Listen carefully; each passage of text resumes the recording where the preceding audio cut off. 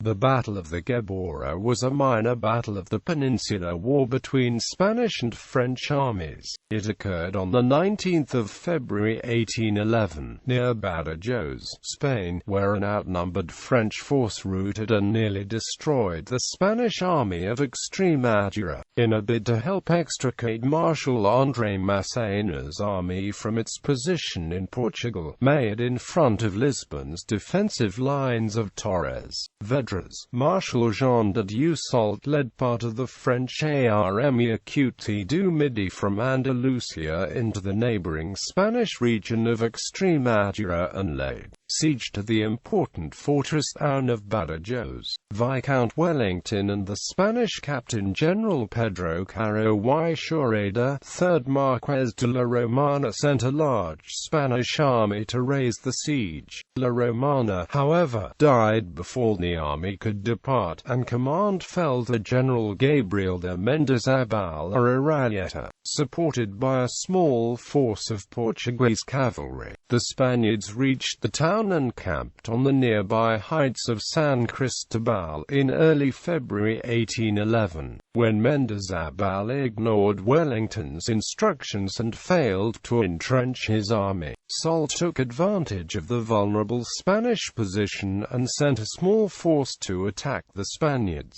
On the morning of the 19th of February, French forces under Marshal Edouard Mortier quickly defeated the Spanish army, inflicting 1,000 casualties and taking 4,000 prisoners while losing only 400 men. The victory allowed Soult to concentrate on his assault of Badajoz, which fell to the French on the 11th of March and remained in French hands until the following year. Background: despite his partial victory over Marshal Masséna in Portugal at the Battle of Badajoz in September 1810, Viscount Wellington was forced by Masséna's maneuvers to retreat behind the extensive lines of Torres Vedras, a series of forts defending the Portuguese capital of Lisbon. By the 10th of October 1810, only the British Light Division and a few cavalry patrols remained outside the defensive lines, while Masséna's army of Portugal concentrated around Sobril, seemingly in preparation to attack the lines.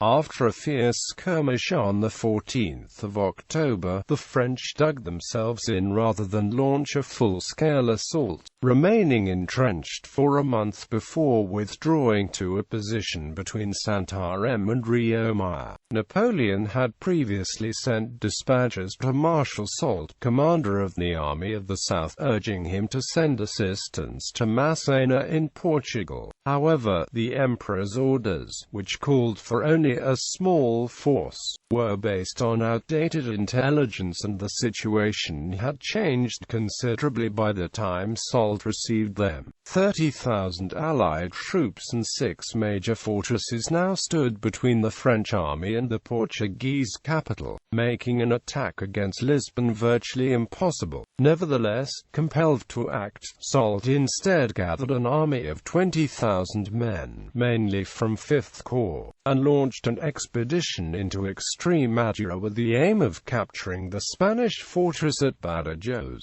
thereby drawing some of the Allied forces away from Masséna and the lines of Torres Vedras. Soult divided his army into 2 contingents and advanced into Extremadura via the 2 main passes leading from Andalusia into the Guadiana Valley, with the intention of rejoining at Almendra.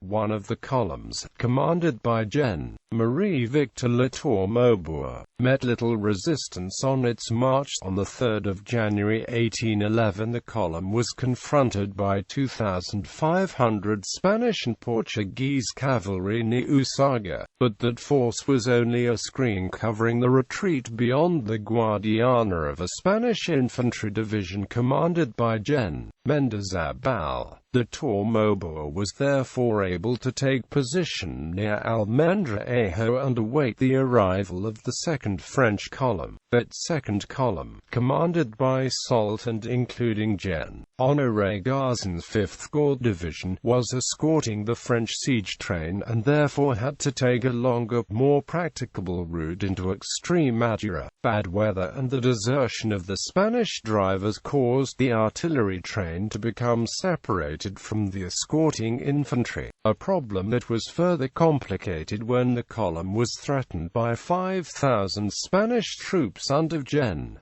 Francisco Ballesteros. When confronted by Marshal Mortier, Ballesteros retreated without suffering serious harm but remained a threat to the rear of the French column. For this reason Soult directed Gazin's infantry to head off the Spanish force and protect the delayed siege train, while he himself continued onward to Almendralejo with his cavalry. As a result, Soult finally joined La Tour Maubourg on the 6th of January with only a fraction of his original column and no heavy artillery. Prelude. Soult could not besiege as strong a fortress as Badajoz with his reduced force and therefore changed his plans, sending his light cavalry under Brig. Gen. André Masséna to take Mérida and leaving 4 squadrons of dragoons at Albura to watch the garrison at Badajoz. He marched with the remainder of his army to invest Olivenza. Wellington had previously advised Gen. Pedro Caro de la Romana, commander of the Spanish army of Extremadura, either to destroy the fortification at Olivenza or to repair its defences and fully garrison it. La Romana in turn had instructed Mendizábal to slight the fortress, but Mendizábal ignored this order and instead reinforced the garrison with 4 infantry battalions. Soult, arriving on the 11th of January, was therefore confronted with a strongly garrisoned but untenable fortress. The heavy French artillery finally began to arrive on the 19th of January, and by the 22nd of January a poorly repaired breach in the fortress's walls had been reopened. The garrison surrendered on the 23rd of January, with over 4,000 Spanish troops from the army of Extremadura taken captive. Soult was now in a difficult position, although he had a large contingent of cavalry. Deploying 2 battalions to escort the prisoners taken at Olivenza back to French-held Seville left him only 5,500 infantry with which to continue his campaign. Moreover, although his siege train had begun to arrive, the continued absence of Gazin's infantry division left him with a weakened army. Despite these problems, Soult decided to besiege Badajoz in hopes that Wellington would send reinforcements to the Spanish fortress and thereby reduce the Allied forces facing Masséna at the Lines of Torres Vedras.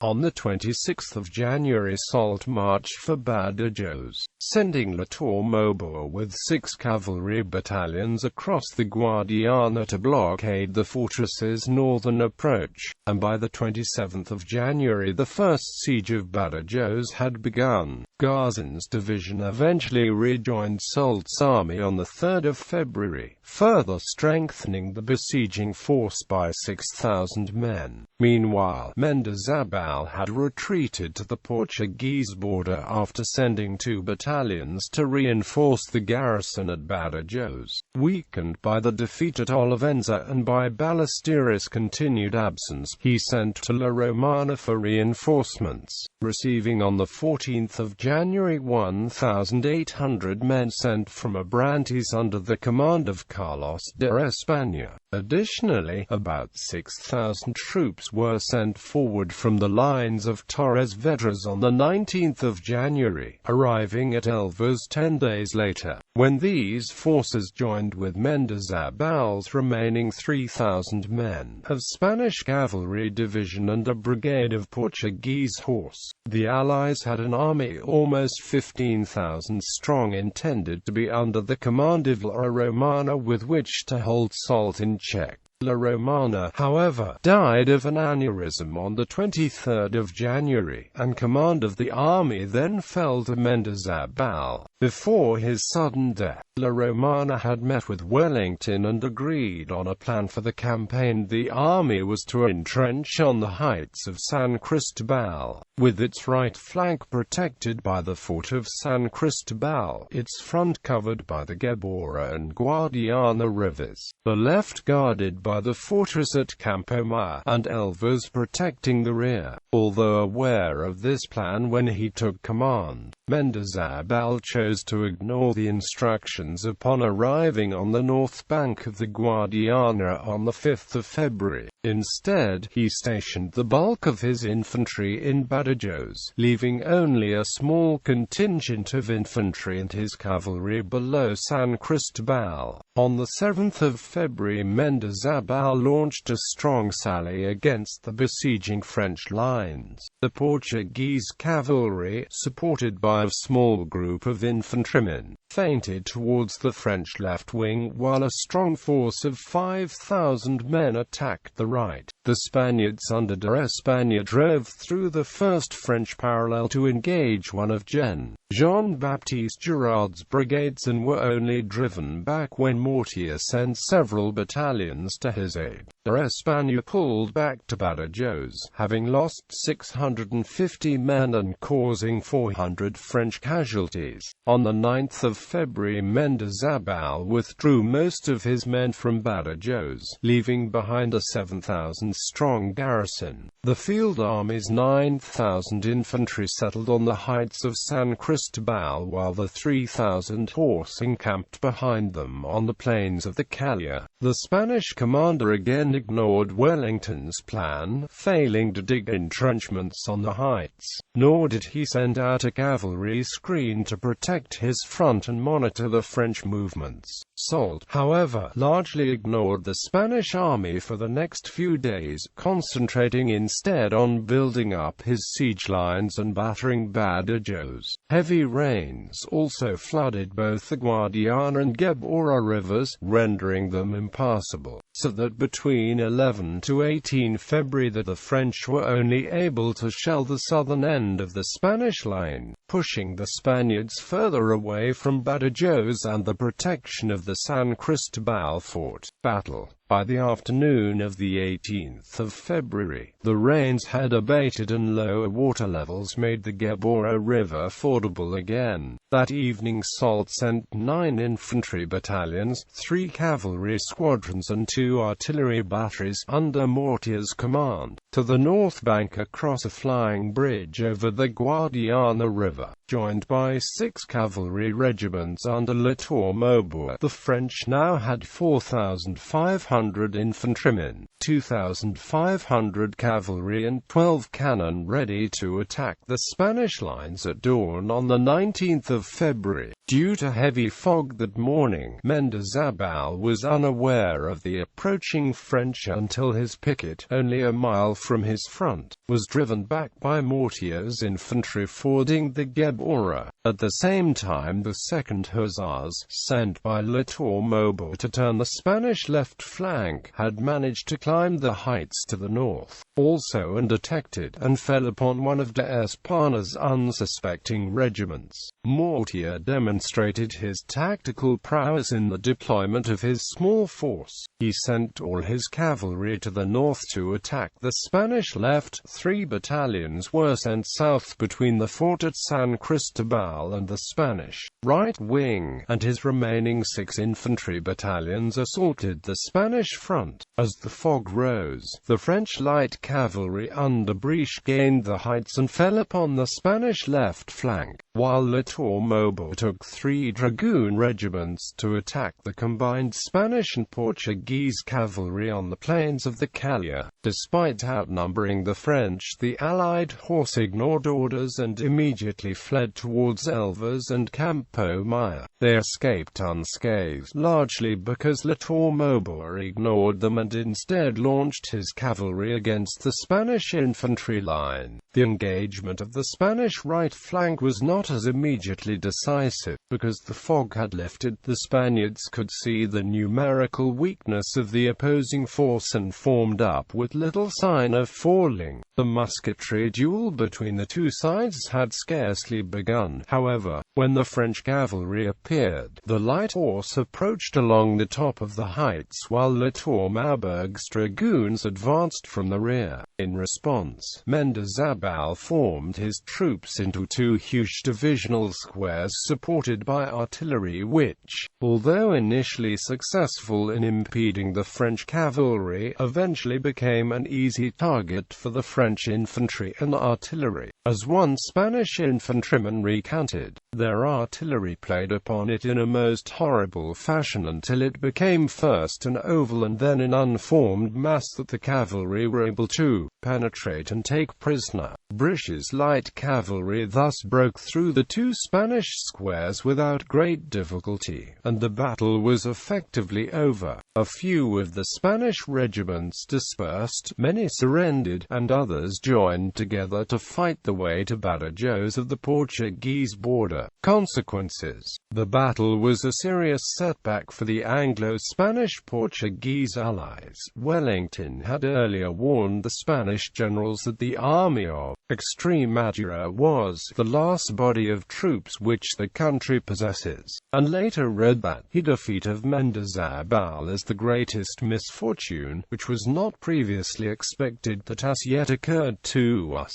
The army had been essentially destroyed, although 2,500 infantry had escaped into Badajoz, and a slightly smaller number to Portugal, about 1,000. Spaniards had been killed or wounded. 4,000 were taken prisoner and 17 cannon had been lost. The French, for their part, suffered only minor casualties. Soult initially reported his losses as 30 killed and 140 wounded, but those figures were eventually revised to around 400 casualties, mainly from the cavalry. Soult was now free to continue his investment of Badajoz, although the town's garrison was now some 8,000 strong due to the influx of soldiers from Mendizábal's destroyed army. It eventually fell to the French on the 11th of March. Wellington then sent a large Anglo-Portuguese corps, commanded by Sir William Beresford, to retake the important fortress town, and by the 20th of April the second siege of Badajoz had begun. A French attempt to lift the siege resulted, on the 16th of May, in the bloody Battle of Albura, in which Beresford's strong allied corps maintained the siege but only barely managed to hold off an outnumbered French army, again commanded by Soult. However, when the French army of Portugal, now under the command of Marshal Auguste Marmont, and the army of the south converged, the combined French force of over 60,000 men forced Wellington on the 20th of June to call off the siege and pull his 44,000-man besieging army back to Elvas. Thus Badajoz would remain in French hands until the following year, when the Allies finally retook it following the Battle of Badajoz.